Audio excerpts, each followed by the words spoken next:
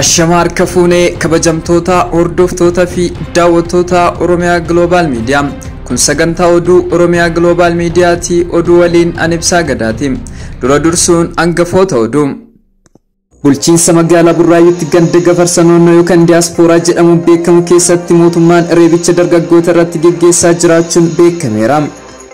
Bataskaan Ortodoksii Eertiraa Paartiyaarkii haaraa muuduu beeksiseera.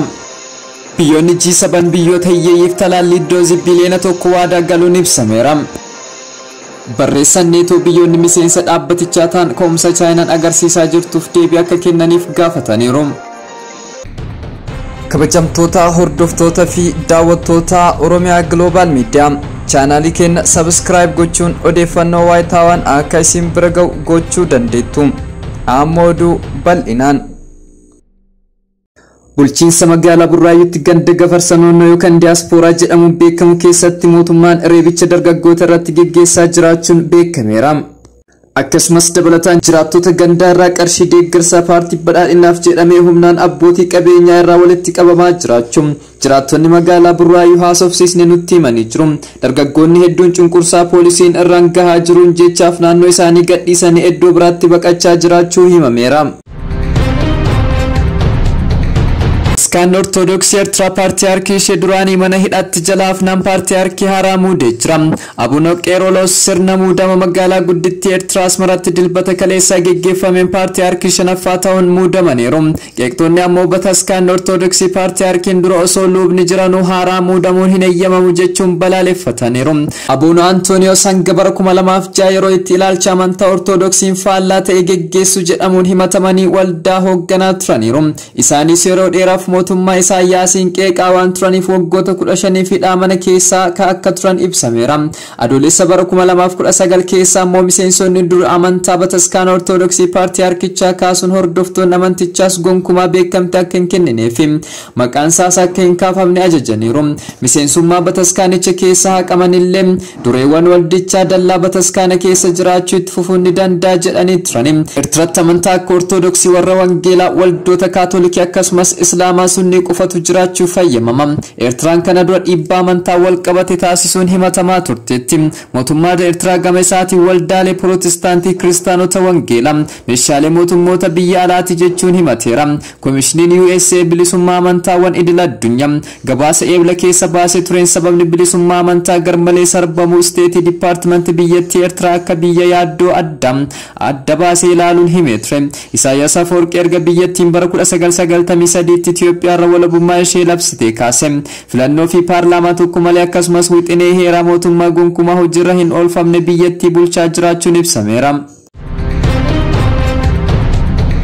Geggeessitoonni biyyoota indastiriin badhaadhanii G7 biyyoota hiyyeeyyiif talaallii kooroonaa vaayirasii biliyoona tokko arjoomuuf waadaa galaniiru.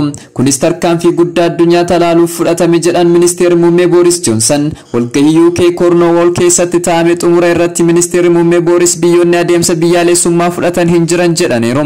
Addunyaa talaalsisuun bu'aa dimokiraasii biyyoota badhaadhanii G7 agarsiisa jedhaniiru. Akkasumas jijjiirama qilleensaafis gahee isaanii gumaachuuf wal ga'aniiru. Walgahii yeroo jalqabaaf waggoota lama keessatti ta'an irratti Booris Joonsan addunyaan adeemsa ofittummaa fi biyyaalessummaa kan jalqaba ittisa weerara addunyaa irratti danqee dhiisnee waan dandeenyu hundaan gama diinagdee fi humna qorannoo geggeessuun tumsinee waan gaariif akka kooroonaa mo'annuuf nu eegaa jirti jedhaniiru. Joonsan biyyoonni badhaadhan G7 kallattiinis ta'e alkallattiinis deeggarsa talaallii UK'n kennitu doozii miliyoona 100 dabalate karaa dhaabbata fayyaa addunyaan Koovaaksii gumaacha keenya bahanna jedhaniiru. Akkaataa walii galtee yaa'ii isaaniitti weeraricha dhaabuun akka idil addunyaatti humna qabnu dabaluun hatamtamaan namni hunduu akka talaallii argatu gochuuf hojjechuu qabna jedhaniiru. Geggeessitoonni kunneen dabalataan jijjiirama qilleensaa dhaabuuf kan walii galan yoo ta'u bara 2050 hamma qilleensa gubataa gadhiifamuu zeerootti galchuuf anniisaa dhagaa cilee irraa argamu hambisuuf deeggarsa gochuuf walii galaniiru. Mr. Joonsan yaada deeggarsi talaallii kenname fedha biyyoota hiyyeeyyii waan hin guunneef kufaatii haamilee biyyoota G7 agarsiisa kan jedhan hin fudhanne. talaalli AstraZeneca Oxford qopheesse keessatti UK'n hirmaachaa turuu ishee simaneeru. Talaalli gara doozii biliyoona 1.5 ta'u addunyaaf raabsame keessaa garri walakkeessa biliyoonaan kan ta'an tarkaanfii mootummaa UK saayintistoota Oxford fi AstraZeneca waliin ta'uun addunyaaf raabsamedha. Uummanni keenya kanaan boonuu qaba jedhaniiru. Itti dabaluun talaalli hamma dandeenye oomishuun hamma dandeenye ariitiidhaan raabsuu qabna jedhaniiru. Xumura bara dhufuu irratti addunyaa talaallee xumuruu ni dandeenya galata biyyootaas as dhufan irratti hojjechaa jiran jedhaniiru. Ibsa ejjennoo biyyoota G7 keessaa tokkoffaarratti kan sirna rakkoo fayyaa fuuldura dursanii hubachiisuu fooyyessu. Anniisaa dhagaa cilee irraa argamu hambisuu fi biyyoota hiyyeeyyii faalamaa akka xiqqeessaniif doolaara biliyoona 100 gargaarudha. Warraaqsa magariisa hojii uumuu faalama xiqqeessuu fi teempireechara addunyaa digirii 1.5 akka ol hin dabarre godhuu irratti hojjechu. Dinagdee isaanii irra deddeebiin dammaqsuu biqiloota hojii uumamaan bu'uuraalee misoomaa invest gochuu kalaqa jajjabeessu. Uummata gargaaruu fi walqixxeessuun umurii gosaa fi saala osoo hin jedhin deeggaruudha. Dhiibbaa Chaayinaan waltajjii daldala addunyaa irratti qabdu irratti deebii kennu. Chaayinaan akka mirga namoomaa kabajuu waamicha gochuu. Uummata Wiingar jedhaman irratti duguuggaa sanyii raawwachuun himatamteetti. Bara 2026 dabalataan dubartoonni miliyoona 40 akka barnoota galan walii galuu isaanii ibsanii jiru. Barreessaan neetoo biyyoonni miseensa dhaabbatichaa ta'an ka'umsa Chaayinaan agarsiisaa jirtuuf deebii akka kennaniif gaafataniiru. Barreessaan neetoo Jeneraal Jeensan Stoltenberg kan kana jedhan koora murteessaa deeggarsa Ameerikaan dhaabbatichaaf akka taasiftu qophaa'ee dursiteedha. Gaggeessitoonni neetoo wiixata Beeljeemitti erga walgaanii booda Chaayinaan akka yaaddoo nageenya taate farrajuun ibsa akka baasan eegama. Barreessaan neetoo Jeneraal Jeensan Stoltenberg koriin kun walta'iinsichaaf yeroo murteessaadha jedhaniiru.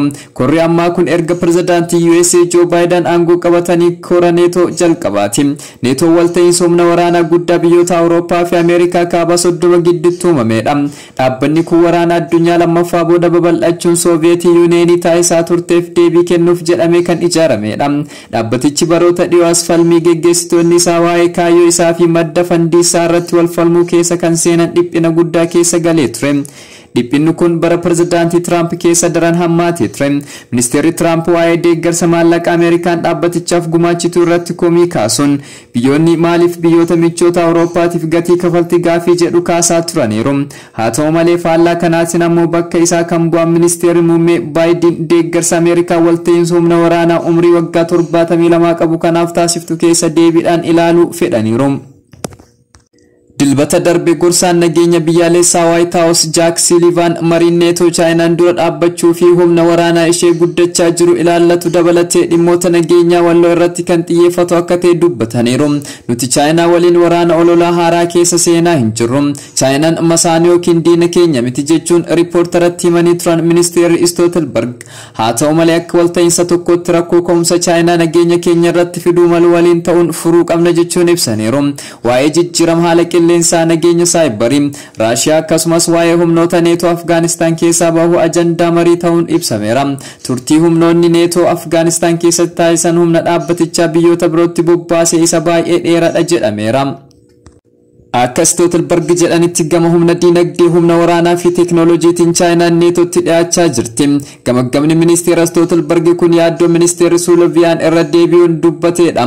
Ministeerri Sullivan gaggeessitoonni biyyoota G7 kallattii maraan Chaayinaaf deebii kennuuf morkachuun barbaachisaa akka ta'e irratti walii galaniiru jedhee jira. Dippiloomatiin tokko Rooyitersitti akka dubbatanitti ibsa neetoon kora booddee bahuun kun Chaayinaan masaanuudha jechuun kallattiin hin farrajne. Haa ta'u malee Chaayinaan akka yaaddoo nageenya miseensota neetoo taate tooftaadhaan akeekeera jedhaniiru. Ibsa neetoo sana keessatti Chaayinaan kan kanaan dura caalaa bifa fooyya'ee ta'een ilaalamte jedhanii gorsaan olaanaan Baayiden ministeer Sullivan ammoo neetoon erga bara 2014 keessa Raashiyaan Kirimiyaa ofitti makatte as humna isaa ammayyeesseera. Haa ta'u malee yaaddoo sababa fedhiiwwan Chaayinaa irraa kaan caalaa cimsee kan ilaalu jalqabe dhiheenya kanadha. Investimentiin Chaayinaan ulaawwan galaanaa Awurooppaa keessa jiranii fi karoora buufata waraanaa ishee Afrikaa keessatti hundeeffachuun baatikaa irraa shaakala loltummaa Raashiyaa waliin taasisuuf qabdu. Humni Chaayinaa dabalaa dhufe kun deebii kennuuf akka barbaachisu neetoo walii galee jira. Ergaan cimaan neetoon Chaayinaa irratti dabarse kun qeequmsa biyyoonni G7 torbaan darbe kana koora UK keessatti erga geggeeffatanii dhiyeessanii booddedha. Biyyoonni G7 kun ibsa baasanii sarbama mirgoota namummaa Chaayinaa raawwattu qeequun akka itti COVID-19 biyya isheetti kaa'e irratti qorannoo ifa ta'e akka geggeeffamuufis gaafataniiru. Chaayinaan gama isheetiin deebii karaa imbaasii isheen UK jiruun kenniteen soba ololaa fi himannaa bu'uura hin qabne jechuun himattee jirti.